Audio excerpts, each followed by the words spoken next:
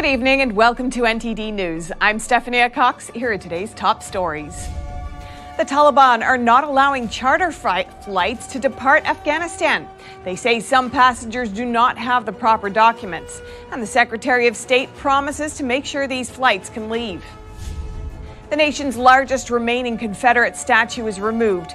Crowds gather in Richmond, Virginia to witness the dismantling of the 12-ton piece of history. A video game developer is thrown into the cancel culture limelight, stepping down as CEO after showing support for the right to life.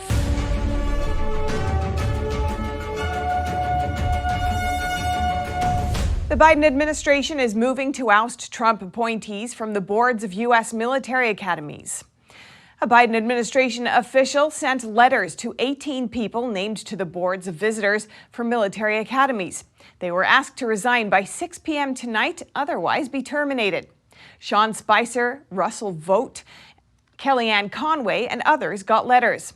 In a letter to President Biden, Conway dissented, saying it was Biden's way of distracting from a news cycle mired in self-inflicted crises. Conway says she won't resign. White House Press Secretary Jen Psaki says the president wants people qualified to serve and wants them to be aligned with the administration's values. An estimated 100 Americans and possibly more are still stranded in Afghanistan. Many are still there because the Taliban are not permitting them to leave. NTD's Allison Lee has more on what the Secretary of State is saying in response. Secretary of State Antony Blinken confirmed Wednesday that the Taliban are not permitting charter flights to depart Afghanistan. They claim that some of the passengers do not have the required documentation. While there are limits to what we can do without personnel on the ground, without an airport, with normal security and procedures in place, we are working to do everything in our power to support those flights. Many of the charter flights are organized by NGOs or individuals, but Blinken says the situation is complex because there might be the risk of people extorting money from desperate individuals. Additionally, some of the groups claiming to have all of the documentations and arrangements locked down unfortunately don't, often for good reason, but this creates further complications. The secretary says he'll continue to press the Taliban to make sure these flights can depart and to reopen the Kabul airport to commercial flights as soon as possible. Let me be very clear. Those flights need to be able to leave. And the United States government, the State Department, we are doing everything we can to help make that happen. Blinken is also commenting on the new interim government that the Taliban announced on Tuesday. He says the U.S. will judge the new government based on their actions, and if the Taliban seek any international legitimacy, they must earn it.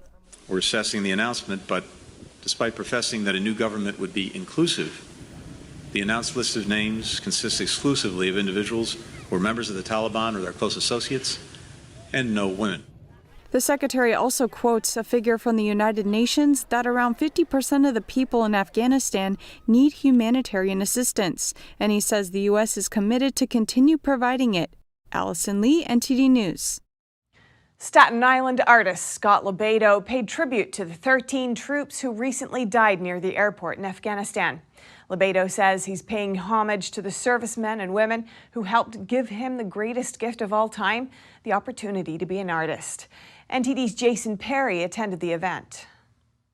We are here in Staten Island where artist Scott Lebedo just unveiled his memorial tribute to the 13 troops that recently passed away in Afghanistan. As you can see, there's 13 stars, which each of the troops' names and ages on each star, and they're all pretty young. 11 Marines, 1 sailor, and 1 soldier. Lebedo says he wants to get people out of their daily routine for a time to reflect. Everything happens overnight.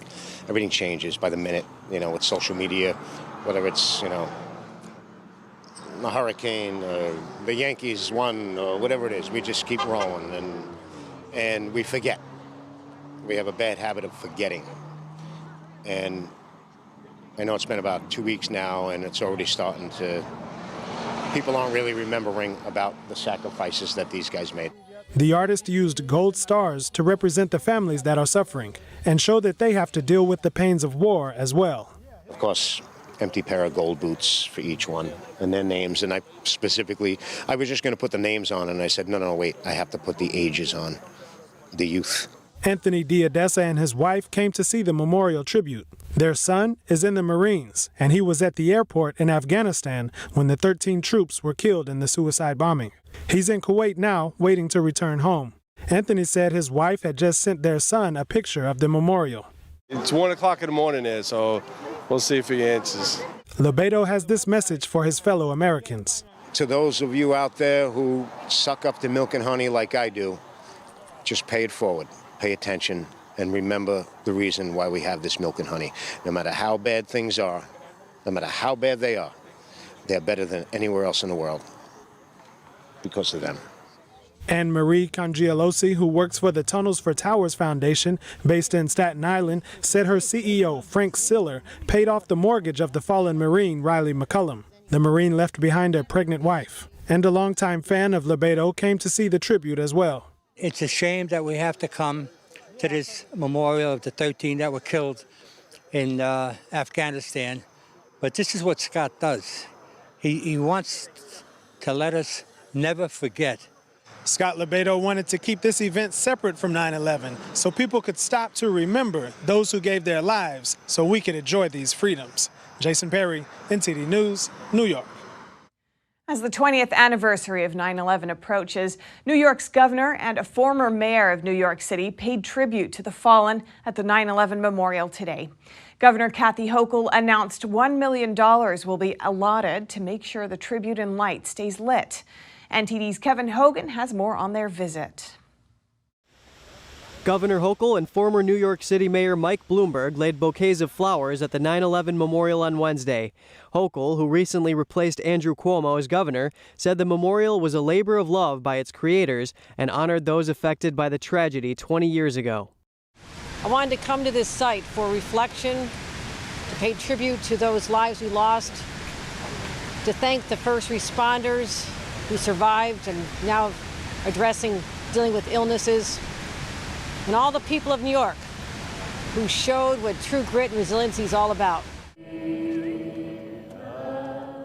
This year's commemoration on Saturday will feature families of the victims of the September 11th attack and the 1993 World Trade Center bombing, reading the names of their loved ones who perished. And on the anniversary, from dusk to dawn the next day, the tribute and light will take place in remembrance. Hochul said the New York Power Authority will allocate $1 million to make sure it remains lit. Over 30,000 LED lights. It may not seem like a big issue, but if those lights go dark, it'll be a very sad day. We're going to make sure that those go forth with the $1 million announcement here today. Former Mayor Bloomberg presided over the city during the years-long reconstruction of the World Trade Center site. He says there are 3 reasons why the memorial needs to be managed well. Number 1, to have a place for the families to grieve. Number 2, to have a place to educate our population as to what happened and how we can prevent that from happening again. And number 3, as a center point for the rebirth of New York City and having its economy come back. Saturday's memorial will run from 8:30 to 1 with moments of silence when the hijacked planes struck the towers or Pentagon or crashed, and when each of the towers came down. Kevin Hogan, NTD News, New York. Many 9/11 remembrance events are filled with sad memories, but some have a more festive spirit. NTD's Arian Pazdar has this story. People here got together to celebrate the first responders who selflessly risked their lives on 9/11. There's a fire department on this side and a police precinct on the other side, and together they decided to close off the street to traffic and just throw what some might call a little street party. It's the first time the 2 departments organized an event honoring 9/11 responders, and attendees loved it. It's absolutely the best thing that could happen. These are our first responders. These people put their lives on the line. I spoke with Officer McGill, who was one of the first to rush into the building when the attack took place. I saw the lobby of the building on fire, which was kind of confusing. If the plane hit up there, why was the lobby on fire? And I came to find out later that it was actually the elevators all crashed into the lobby, and the jet fuel followed it down and had a huge explosion in the lobby. So it was pretty chaotic. There were a lot of fatalities that I walked upon, It was very confusing. And from there, it just got a little bit more hectic. A second plane struck. I was stuck in the building and just evacuating people out. Eventually, the first building collapsed, and I was in a Marriott hotel, which was in between towers 1 and 2. Fortunately, I was in the side of the building that didn't completely collapse. So I was stuck in there for probably about 30 minutes or so, and fortunately I got out right before the second tower fell, which took the other side of the Marriott with it. So if I didn't get out in that amount of time, I wouldn't be here right now. Once out on the street, the situation didn't get any better. I saw hell. I saw police cars, fire trucks, taxis on fire, turned upside down, crushed, debris, dead bodies, rubble. It looked like it was dark out, even though it was 10:30 in the morning. It looked like it was 10:30 at night. It was pure blackout. You couldn't see, you couldn't breathe. You didn't know where you were going. There were no streets anymore. It was just climbing over rubble. He added that there hasn't been any major terrorist attack on the US since 9/11. So he believes America has been doing a very good job when it comes to the war on terror. Arian Pastar, NTD News, New York. And we look at one of the biggest changes in New York's financial district since the September 11th attacks 2 decades ago. NTD's Phil Zhou has more from Wall Street. Soaring skyscrapers, the world's biggest banks and investment firms. That's what the financial district in Manhattan is known for. Before 9/11, barely anyone lived here. But today, besides investment firms and offices, you can also find luxury housing, just like this condominium right behind me. 15 Broad Street is the former headquarters of JP Morgan Bank. Today, it's a luxury condo with nearly 400 apartments. This wasn't a residential neighborhood, and developers took the opportunity to convert these former commercial buildings into residential. Around 200 office buildings have been converted into residential condos since 9/11. The population in Lower Manhattan has also doubled since then. Corey Weckler is a top real estate agent who started his career in the financial district nearly 20 years ago. There wasn't even a Duane Reade, which was open past 7 p.m., and the thought of a Duane Reade being open on the weekend was non-existent. Today, the financial district is a neighborhood. People are moving in and even starting their families here. I saw the tremendous opportunity that the neighborhood had to offer and was really quick to not only embrace working in the area, but moving me and, at the time, my girlfriend turned wife, turned 2 children, raised my family in the area. Weckler says buyers get more bang for their buck when they move to the financial district, more value and more space compared to some other pricey areas in the city. Phil Zhou, NTD News, New York. Today in Virginia, crews removed one of the largest Confederate statues left in the country, the statue of General Robert E. Lee. Crowds gathered along with the state's governor to watch the historic moment. One historian gives us his take on the removal. NTD's Melina Weiskup reports.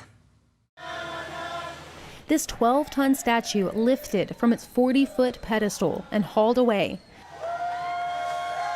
Crowds cheered, and Virginia's governor greeted it as a big day. It was a long time coming, part of the healing process for Virginia to move forward, to embrace diversity, to be a welcoming state, to be inclusive. Some say the statue removal fad is political symbolism rather than a way to resolve racial tensions, since even anti-slavery abolitionist statues were torn down in some other areas. George Washington, Abraham Lincoln, even Frederick Douglass statues have been vandalized over the last year. If we tear down the statue, that's going to fix racism in America. That's absurd. It's actually a focus on something that they can rage against very publicly, and politicians such as Governor Northam in Virginia can make a public stance against, but they aren't really doing anything to address some of the problems that they claim are their grievances. A few residents saying the statue did have aesthetic value, but that it's not politically correct to keep it standing tall. From an aesthetic point of view, it added to the street, but from a political and social point of view, I believe they needed to come down. The state Supreme Court approved the move after 1.5 years of calls from BLM activists who insist it's a symbol of oppression lingering on the streets. The next generation, the generation after that, don't really have to deal with those types of oppressive activities. Those who oppose removing statues have suggested adding statues of those who helped end slavery for a more complete version of history, instead of simply erasing the parts we don't like. These statues are in many ways like historical documents, and this is true of statuary going all the way back to the ancient world. We have surviving statues of Roman emperors and figures from the ancient world that many of them did things that we now view as very ugly in their lifetimes, but they are historical records and documents. To have a statue of Julius Caesar, to have a statue of other figures from history tells us why people saw those figures as important in their own times. Even though the statue's gone, the pedestal will still stay in the traffic circle until the city develops a plan. Since the largest Confederate statue left is no longer standing, the only statue on Richmond's Monument Street is Arthur Ashe, a tennis champ and civil rights activist. Melina Weiskup, NTD News. With the statue of Civil War General Robert E. Lee taken down from the Virginia Capitol today, many say it was a symbol of racial oppression. NTD's Jason Perry discusses the topic in an exclusive interview with historian and CEO of Texas Public Policy Foundation, Kevin Roberts. That even during Dr. Kevin Roberts is a Civil War historian with a PhD in African American history. He says the people who wanted to take the statue down may not know the real history of Robert E. Lee. In 1856, I believe it was in a letter to his wife, he said that he had always been opposed to slavery. He never said that publicly, which, some people 150 years later are criticizing him. But keep in mind, this was in the 1850s. It was very common not to make that expression, something you and I wouldn't even say because we know that slavery is evil. But the point is that even during the war, he kept reiterating that he thought that slavery was going to die off. Who else thought that? Abraham Lincoln. Roberts went on to say that the Civil War was never framed as a war against slavery or a war for the purpose of ending slavery until halfway through. Some think that it's racist to want the Robert E. Lee statue to stay up. I'm not going to sit here and defend all the neo-Confederates and neo-Nazis, but as often is the case in public policy and in historical memory, there's a middle ground. And I think that a lot of the people who have called for the Lee statue to be torn down are folks who themselves have very questionable motivations. They themselves are people who want to tear down the nuclear family. They themselves hate America. And I think we ought to be questioning their motivations as much as we are Robert E. Lee's. He says the actual history of General Lee shows honorable traits. So I think the question about Robert E. Lee is not whether he was a huge proponent of slavery, because he wasn't. It's the lessons that he can provide us many years later, whether we are descended of the Union Army or the Confederate Army or neither, of just being an outstanding individual, that this is someone who put his loyalty to family, his loyalty to community ahead of a cause that he thought was a real problem. And that cause is one that today many of us would call is federal overreach. He suggested, for instance, instead of taking the statue down, people could come together to put up statues of people of different ethnic backgrounds towards some common aim. That would require us to know our history well and to be proud to be Americans. Jason Perry, NTD News. A pro-life tweet landed a video game company CEO in hot water. Reports say he's been there since the company's founding, but stepped down after the backlash. NTD's Miguel Moreno has that story. To get the very smooth movement. Some are calling the former CEO of a video game company one of the latest victims of cancel culture. In a tweet, John Gibson expressed his support for the Texas abortion law, saying, "I felt it was important to go on the record as a pro-life game developer." Days later, the company Tripwire said in a statement Gibson had stepped down as CEO. The same statement said his comments disregarded the values of their whole team, their partners, and much of their broader community. The company also apologized for Gibson's tweet. They should just stay out of it. This guy is expressing his private, political, and religious views. Mike Davis is the founder of Unsilenced Majority, an advocacy group that describes itself as conservative and aims to fight back against cancel culture. We don't know exactly why Gibson stepped down. The company didn't give his reason for doing so, and neither parties have answered our questions. So what's your assessment of what's happened here? Was Gibson canceled? It appears he was canceled. He was canceled because he has pro-life views, and these corporations, these companies are sending a message to Christians that they're not allowed to participate in the public square, and that's wrong. When people can't express their personal, political, or religious views without fear of being fired or chased out of their jobs, that's cancel culture. Gibson has called himself Christian in the past. Looking at their older tweets, we can see that Gibson and the company have openly supported causes like Black Lives Matter and racial justice. Davis says companies need to stick to what they produce, be it video games or food, and let workers express their views freely unless they interfere with their industry. If this continues, like what's happened to people who've been canceled, what's the worst that can happen? Why should Americans be worried about that? Because you see this with big tech, you see this with academia, you see this with these woke corporations, you see this with big media. They're trying to chase people out of the public square. It's bad for the American republic. We are a republic. It requires engagement by American citizens and the American people. And when you are canceling one half of the American people because you don't agree with their political views, you can't sustain a republic for very long. Tripwire has appointed Alan Wilson as their new CEO. He has also been there since the company was founded. Miguel Moreno, NTD News. In recent times, numerous teachers have spoken out against the curricula they're required to teach. From comprehensive sex ed, forms of the quasi-Marxist critical race theory, to curricula they say are political or undermines traditional values. NTD's Grace Coulter speaks with a teacher who recently resigned for this reason. Here are the details. Derived from the interrelated. Sam Crowley, a music teacher at Draper Park Middle School in Utah, says he couldn't in good conscience teach students a new curriculum at his school. So he handed in his resignation last month, losing both his income and his dream job.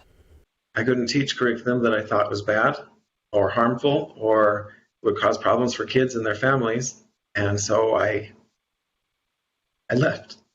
That curriculum is called Second Step, which is part of Social Emotional Learning, or SEL. Crowley says some of the underlying messages of the program subtly encourage children to become activists and undermined the family. This includes teaching students that their parents are roadblocks to their goals, and that older generations don't know or haven't had to face or think about problems we're dealing with today. Crowley says he thinks this sends a message to kids that they can't look to their parents for guidance. In addition, when Crowley looked into CASEL, the organization that produced the curriculum, he became even more alarmed. On its website, CASEL says its SEL curriculum is aimed at redistributing power to promote social justice through increased engagement in school and civic life. The program also includes disrupting and resisting inequities. Crowley says this type of language strikes him as Marxist, and he thinks this type of curriculum is trying to push a socialist agenda. What's more, he says the curriculum is copyrighted, which makes it harder for parents to access and read. It doesn't matter what the content is. If mom and dad can't look at it, you shouldn't teach it. Crowley's not the only teacher who's chosen to leave a job rather than betray a conscience. Last month, 2 elementary school teachers, one in Connecticut and one in Virginia, resigned over curricula that incorporated critical race theory. And after only 6 years as a teacher in Connecticut, I decided to resign from what I thought would be my forever career because I felt like more of a political activist than a teacher in my own classroom. School board, I quit. I quit your policies, I quit your trainings, and I quit being a cog in a machine that tells me to push highly politicized agendas on our most vulnerable constituents, the children. Crowley called the decision to leave his job heartrending and said he and his wife prayed about what to do. We asked God if this was a big enough deal to lose our income over, because that's really serious, and I love my job. Like my dream job. And so we said, is this a big enough deal? And he told us, all my children are a big deal. And I knew that the curriculum was not good. I knew that it would lead to bad places. And if all of his children are a big deal, then I couldn't teach it. It was a big deal. So we wrote a resignation that night. He has a message for parents, grandparents, and guardians. If you're not comfortable with what's happening in your school, you need to do what you need to do to protect your kids. We have to protect the kids. We have to teach them right and wrong. We have to teach them the basic values that make America, America. Because if we don't, we're not going to lose just the kids, we're going to lose our nation. Crowley says God gave him the strength to take a stand, and so he says he can do the same for everyone else too. He says it won't be easy, but it will be worth it. Grace Coulter, NTD News. If you're a fan of Macy's annual Thanksgiving Day Parade, we have good news. This year, the parade will return in person with the iconic giant balloons and marching bands. Here are the details. It's official. The 95th Macy's Thanksgiving Day Parade will hit the streets of Manhattan this coming Thanksgiving, November 25th. New York City and Macy's announced Wednesday that the parade will include giant helium balloons, floats, marching bands, and performance groups. Last year, the parade was a television-only event due to the pandemic, so there were no balloons or floats. But pandemic restrictions are not entirely gone this year. All volunteers and staff must be vaccinated and wear face masks.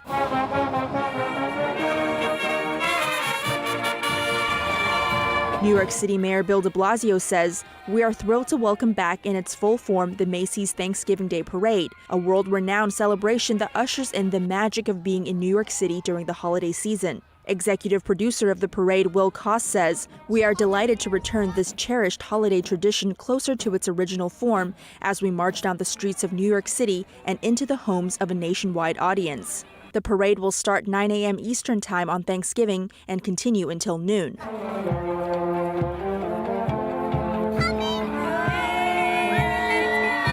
A Tesla vehicle reportedly outsmarted a man who claimed he was hit and injured by the car. Take a look at this. Police in Louisiana say 47-year-old Arthur Bates Jr. pretended to get hit by the Tesla in a gas station parking lot in Slidell. Bates told police the car backed into him, causing him to fall to the ground before the driver fled the scene. Bates complained of back, leg, and neck injuries, resulting in an ambulance and fire truck being sent to the scene. But the Tesla caught the entire incident on camera.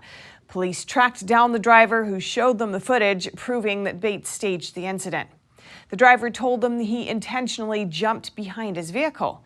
Bates later admitted to faking the accident and was arrested for falsifying a police report. And coming up, investment management company BlackRock hits back after billionaire George Soros criticized its business dealings in China.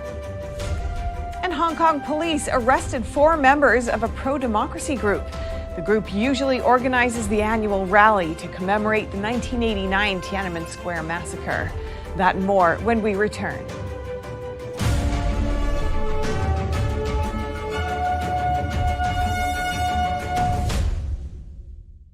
90% of news outlets in the United States are controlled by 6 corporations. They're not out to tell you the truth of what's happening. They're out to tell you the picture of the world that they represent. The mission of the Epoch Times is to chase the truth, to ground all statements in facts, and prevent people from being misled. This is a battle between truth and deceit. Subscribe today and join the Americans who are seeking truth and tradition. We'd love to have you on board. Secure, the true solution for your digital privacy and security. Secure is a private and secure messaging and email solution hosted in Switzerland, using military-grade encryption and Swiss privacy laws, giving you true privacy.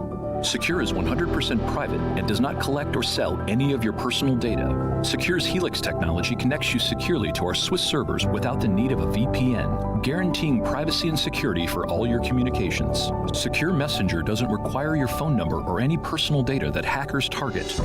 Chat by Invites allows you to chat privately and securely with anyone outside of your secure network without the need for others to download Secure.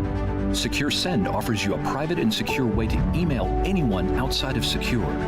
You won't find this level of privacy or security on any other email or instant messaging application. Visit secure.com. Regain and protect your privacy today.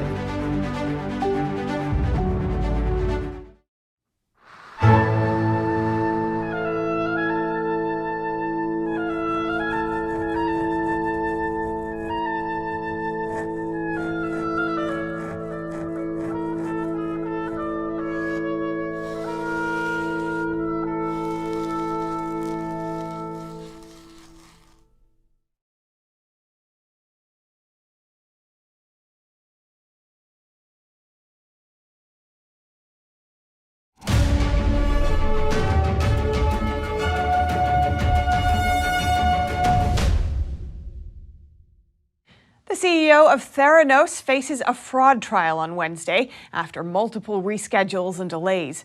The now defunct company once reached a $9 billion valuation, promising to disrupt the lab testing industry. NTD's David Lamb reports.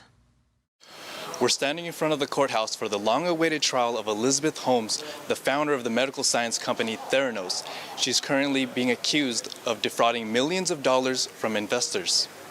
Prosecutors said Holmes and co-executive Ramesh Balwani defrauded investors between 2010 and 2015, which includes a partnership with Walgreens.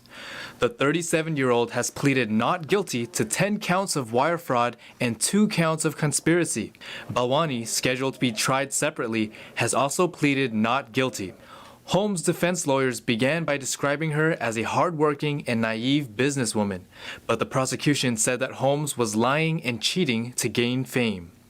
The company previously claimed that their medical devices can run a range of blood tests more efficiently and accurately than conventional means, all from a drop of blood.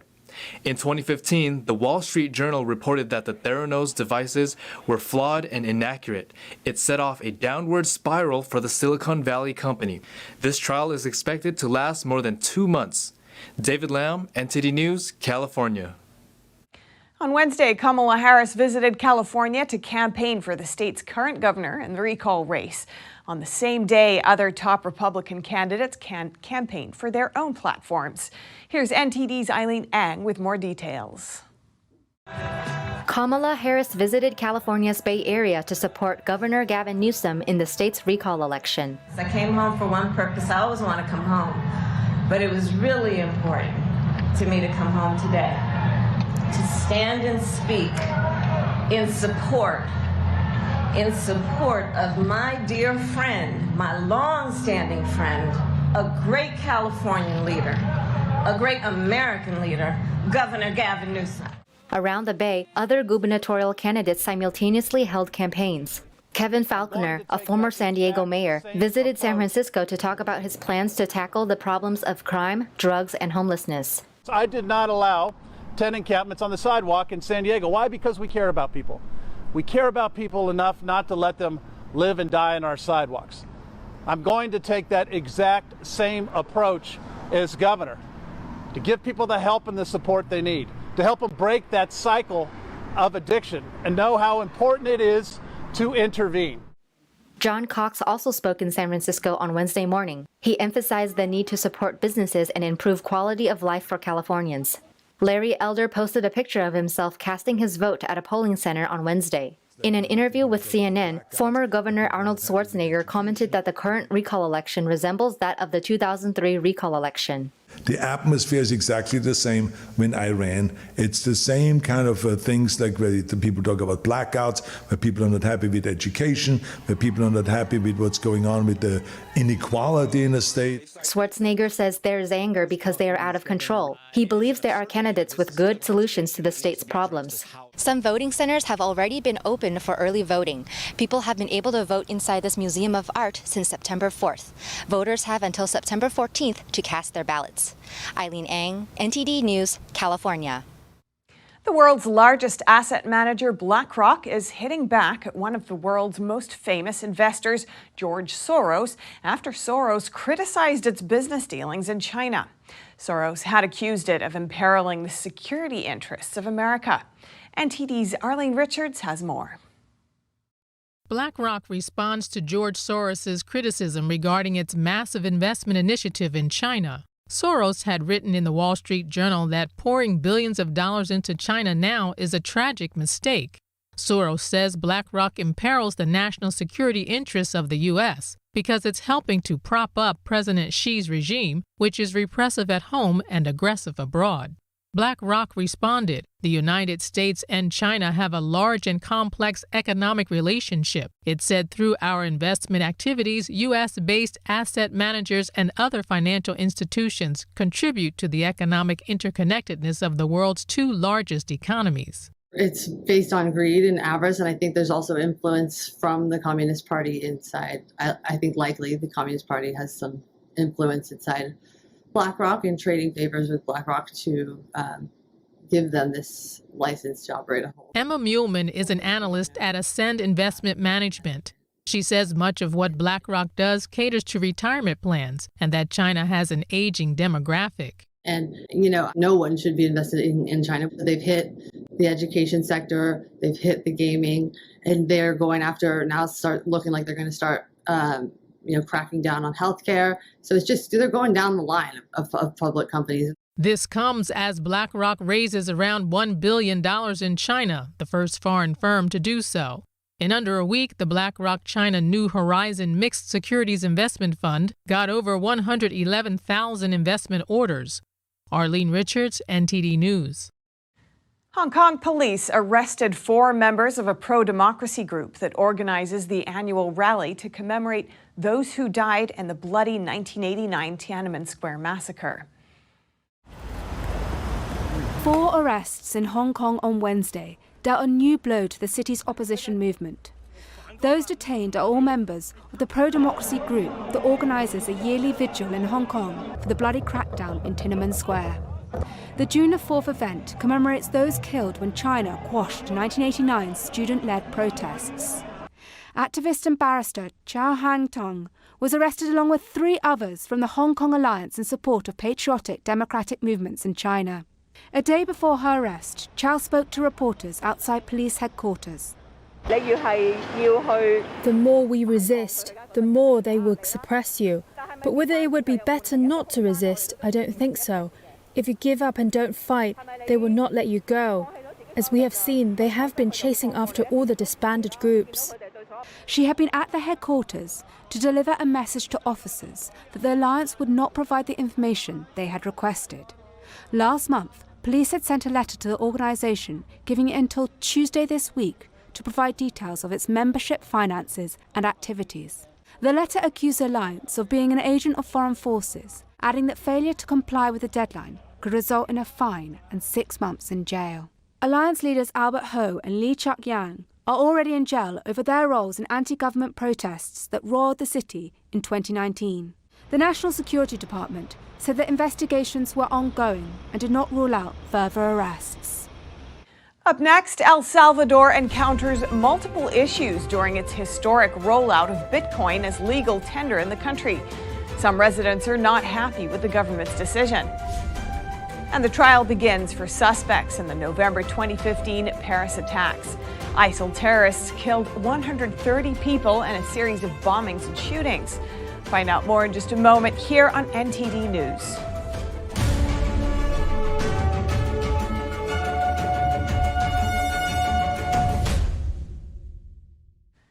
In Indonesia, at least 40 inmates have died after a fire broke out at an overcrowded prison early today. The fire started around 1:45 a.m. local time at Tangerang Prison, just outside Jakarta. Nearly all of those killed died while locked in their cells. Prison wardens weren't able to open them quickly enough before the blaze grew out of control. It took firefighters around an hour and a half to put out the flames. 8 prisoners are being treated for injuries. Tangerang Prison houses more than 2,000 prisoners and was 4 times over capacity. That's based on information from the country's Minister of Law and Human Rights, revealed during a press conference Wednesday. And supporters and critics of Brazilian President Jair Bolsonaro gathered on the streets of Rio de Janeiro to protest in favor of and against him on Tuesday during the country's Independence Day. Brian Woods reports. Supporters in Brazil's capital cheered as President Jair Bolsonaro spoke on Tuesday to mark the country's Independence Day. He mostly criticized the country's Supreme Court. It's authorized investigations into Bolsonaro and his allies and has resisted his attempt to introduce new voting laws into next year's election, which he says is vulnerable to fraud. But Bolsonaro's critics contend he's sowing doubts in the country's democracy. Crowds for and against Bolsonaro hit the streets across Brazil on Tuesday in cities like Brasilia, Sao Paulo, and Rio de Janeiro. Security forces were deployed to control the crowds of supporters in Brasilia. In Sao Paulo, anti-Bolsonaro protesters called for the end of his presidency. They also voiced concerns over Bolsonaro's handling of the global health crisis. Meanwhile, in the same city, his supporters marched to remove Supreme Court justices. El Salvador's historic adoption of Bitcoin as legal tender on Tuesday didn't go smoothly as an angry protest by mistrustful citizens, technological glitches, and a dip in the cryptocurrency clouded the rollout. More than 1,000 people protested against Bitcoin in El Salvador's capital on Tuesday, rallying against its adoption as currency there amid a bumpy digital rollout. Protesters started at least one fire and set off fireworks in front of the Supreme Court. The government deployed armed police in San Salvador to control the crowds. Gloria Martinez was among those who say Bitcoin is too risky. This is a law that came without consultation. It does not consider the interests of the general population. It is a law that has come in with vigor, without adequate technological infrastructure for it to be used well. It is a law that forces us to use a currency that is volatile. Polls show many Salvadorans agree that Bitcoin is not stable enough, and it may not have helped proponents when earlier on Tuesday, those interested in downloading the Bitcoin digital wallet called Chivo found it was unavailable on popular app stores. The country's president, Nayib Bukele, tweeted out to companies like Apple to stock the app, and Huawei later did. The app proved unable to cope with user registrations, so it was unplugged in order to increase its capacity. Eventually, by late afternoon, Bukele was retweeting videos of people making Bitcoin payments at retailers like McDonald's and Starbucks. Ahead of its launch, El Salvador purchased more than $20 million worth of Bitcoin, saying it's a way for ordinary people to invest in financial markets. Even still, the poorest may struggle to access the tech needed to make Bitcoin work, in a country where nearly half the population has no internet access, and many more with spotty connectivity. Some French doctors and scientists say they have been frequently insulted and threatened during the pandemic. They are calling on authorities to take action to protect them. NTD's Eddie Aitken has the story. French doctors and scientists are calling on authorities to take action to protect them. Head of a private practice doctors' union, Jerome Marty, says doctors are frequently threatened during the pandemic, including death threats. For months, some of us have regularly received death threats, be it via social networks, messenger, Twitter, email, phone, post, or even sometimes parcels. We are the targets to some people. Des paquets, des fois reçus. Nous sommes la cible d'un certain nombre d'individus. Marty shows screenshots of threats he received on social media. He says some doctors now have bodyguards. He says he fears someone from the world of conspiracy theories will take action against medical professionals. We don't fear for our own lives or our own physical integrity, but some people don't have the chance to go public on camera. Karine Lancôme is head of infectious diseases at St. Antoine's Hospital in Paris. She was once a regular on news shows. She says she received a note saying someone had been following her for a while. And it is also up to the politicians to take a stance at some stage and not believe that freedom of speech, which of course must be protected in France, means accepting that there may be some verbal and physical violence.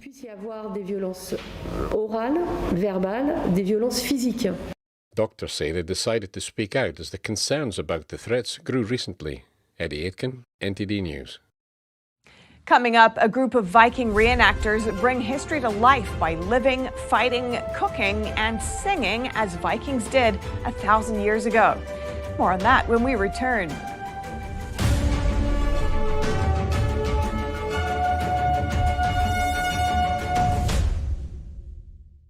Hello, I'm Mike Lindell, inventor of MyPillow. Thanks to your support, you've helped make MyPillow become one of the fastest growing companies in America. Over the last 12 years, you've helped MyPillow create thousands of jobs right here in the USA. When I got MyPillow, I'm asleep almost immediately. I stay asleep at night and I wake up more well-rested in the morning. That's why I invented MyPillow. My patented fill adjusts to your exact individual needs and helps keep your neck supported and aligned. I'm interrupting this commercial right now. Retailers have canceled MyPillow. And to thank you for your support, I'm going to pass the savings directly on to you. Go to MyPillow.com right now to get deep discounts on all MyPillow products. For example, you can get my premium MyPillows regularly $69.98, now just $29.98, the lowest price ever. For the best night's sleep in the whole wide world, visit MyPillow.com.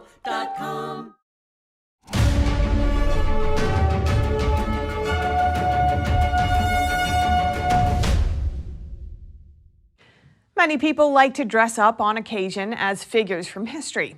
But these Viking reenactors take this to a new level, living, fighting, cooking, and singing as Vikings did 1,000 years ago, turning history books into reality. NTD's Eddie Aitken brings us the story. Vikings of Danelaw charge against the Anglo-Saxons. This is the Battle of Home from 902 AD reenacted. The actors play dead. But there are no casualties in the annual Viking invasion at Flagfen near Peterborough. Paul Murphy is an IT manager, but at the weekend he's Magnus Thorkelson, a Viking from the Orkney Isles. The axe I'm using, this is an axe which if I sharpened it would chop logs.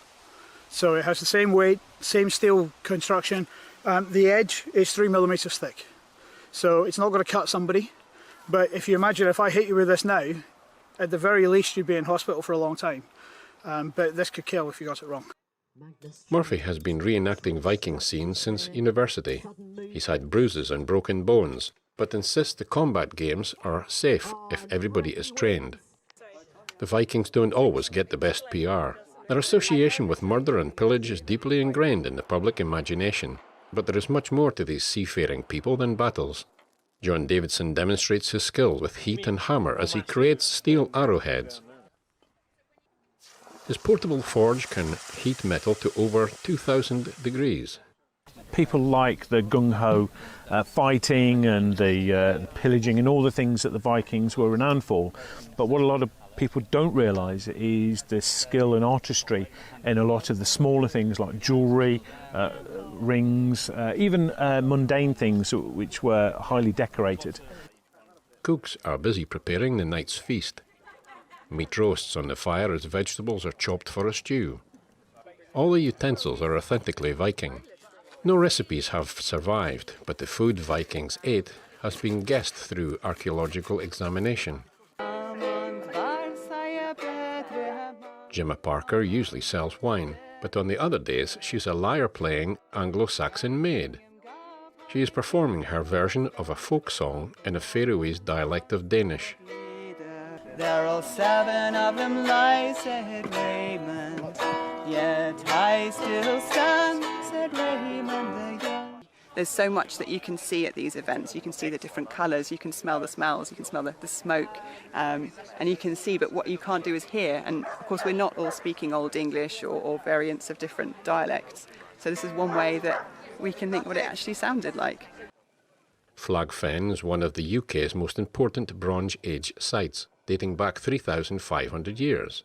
The latest Viking invasion to take place here was over last weekend. Eddie Aitken, NTD News. A Russian gardener claims he's discovered the perfect way to grow watermelons. And now he's sharing some of his techniques with us. NTD's Andrew Thomas reports. Igor Baskov says he's managing to produce 20 watermelons per plant this year, around 200 watermelons in total. The size is impressive too. Some weigh as much as 26 pounds. As they say, experience comes over the years. I started with 2 small and tasteless watermelons. I achieved the result of 20 marketable watermelons on 1 bush, and I think that this is not the limit. The secret of his success is the result of 30 years of agricultural experimentation. Baskov uses biomaterial like manure to raise the soil temperature along with restricted watering. If the plants are watered, when moisture evaporates from the soil surface, the soil cools down. This technique is well known in agronomic science. But watermelons come from the desert. Why should we water and cool the soil? Another trick is planting watermelons at big intervals from each other, at least 10 feet apart, so that the leaves don't block the sun from reaching the soil. Arranging beds this way allows the soil temperature to rise by another couple of degrees. I grew up in Central Asia. As I just told Igor, I remember that taste of those watermelons, you know, from my childhood. And now these remind me of that time, and of those real watermelons. Maybe even to some extent of Uzbek watermelons. His other crops are impressive too, from potatoes and tomatoes to new hybrid types of lemons and grapes. Now you can even find a pineapple in his greenhouse. It's being grown for fun, but it could turn into another success. Andrew Thomas, NTD News. City planning officials get creative and use a popular children's toy to break down a complicated issue. Creativity was definitely in play for city officials in Northeast Texas, who decided to hit the bricks. Lego bricks, that is, to create a Lego version of Arlington to explain the city's annual budget proposal. With the help of a local Lego enthusiast who also happens to be a city employee, officials constructed a 4-minute video breaking down the proposed $522 million fiscal plan for 2022. The aim was to explain a crucial yet complex topic for residents in an understandable and engaging way, and it seems to have worked. The video has gone viral, racking up hundreds of thousands of views and garnering praise from scores of Arlingtonians who seem to appreciate the use of building bricks as the building blocks of fiscal transparency. And that's all for today's news. Thanks for tuning in. I'm Stephanie Cox.